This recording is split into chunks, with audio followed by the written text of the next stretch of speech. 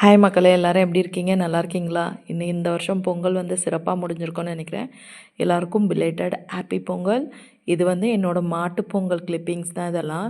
நான் வந்து எங்கள் ஊரில் எனக்கு பொங்கல் இல்லை, அதனால் நான் மாட்டு பொங்கல் தான் வச்சேன். விறகு வச்சு பற்ற வைக்கிறது ரொம்பவே கஷ்டமாக இருந்துச்சு. என்னோடய கொழுந்தன் ஒய்ஃபும் தான் எனக்கு ஹெல்ப்புக்கு வந்திருந்தாங்க. ரொம்பவே ஈஸியாக முடிஞ்சிருச்சு வேலை. ஆனால் நாங்கள் தான் எப்பயுமே ஃபஸ்ட்டு பொங்கல் வைக்கணும். அடுப்பு பற்ற வச்சு பானை வைக்கிறதுமே நாங்கள் தான் ஃபஸ்ட்டு. ஆனால் ஃபஸ்ட்டாக வச்சாலும் லாஸ்ட்டாக தான் பொங்கி எடுத்து கொண்டு போய் வைப்போம். எல்லாருமே வச்சு முடிச்சுருவாங்க. என் கொழுந்தன் பொண்ணு தான் நிற்கிறது. அவங்க தான் வந்து பொங்கல் பொங்கும்போது அழகாக சொன்னாங்க, பொங்கலோ பொங்கல் பொங்கலோ பொங்கல்னு சொன்னாங்க. மாட்டுப்பொங்கல் வந்து சிறப்பாக இந்த வருஷம் முடிஞ்சிடுச்சு.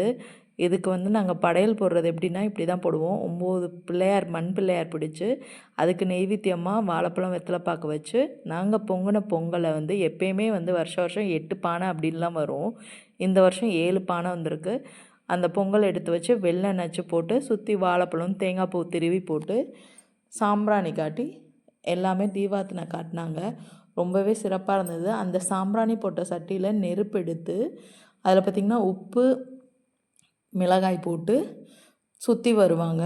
அதுக்கு முன்னாடி என்ன பண்ணுவாங்கன்னா, இந்த சாதத்தை பிணைஞ்சு மாடுலாம் ஆடு மாடெல்லாம் இருக்கும், அந்த ஆடு மாடுங்களுக்கு கொடுப்பாங்க.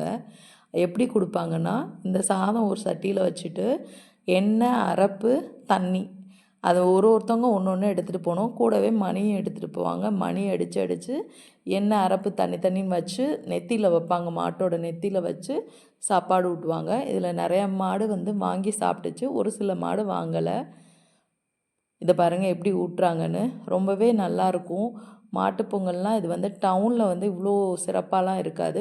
ஒரு சில கிராமத்தில் பார்த்திங்கன்னா நிறைய போட்டிகள் வைப்பாங்க. எங்கள் கிராமத்தில் மாட்டுப்பொங்கல் நைட்டு தான் வைப்பாங்க. அதுவும் 9 மணிக்கு மேலே தான் வைப்பாங்க. உங்கள் ஊரில் எப்படி வைப்பாங்கன்னு எனக்கு கமெண்ட் பண்ணுங்கள். இதில் பிரசாதமாக அந்த பொங்கலை எடுத்து எல்லாருக்கும் வச்சுட்டாங்க கொஞ்சம் கொஞ்சம். இதில் யார் பூசாரின்னா, எங்கள் ஊரில் ஒருத்தவங்க இதுக்குன்னு பூசாரின்னு இருக்காங்க, அவங்க தான் பண்ணுவாங்க. இதெல்லாம் முடிஞ்சதுக்கப்புறம் பார்த்திங்கன்னா, கடைசியாக வந்து இந்த நெருப்பெல்லாம் எடுத்து கொண்டு போய் முச்சந்தியில் உடச்சிட்டு வருவாங்க.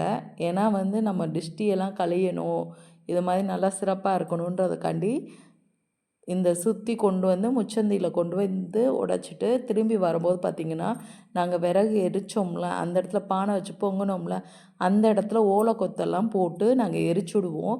அதை இவங்க சுற்றி வரவங்க சின்ன பசங்க எல்லாருமே அதை தாண்டி வரணும். இது வந்து அந்த காலத்துலேருந்து ஐதீகம். இதுதான் எங்கள் ஊர் ஸ்பெஷல் மாட்டுப்பொங்கல். உங்களுக்கு இது பிடிச்சிருந்ததுன்னா லைக் பண்ணுங்கள்.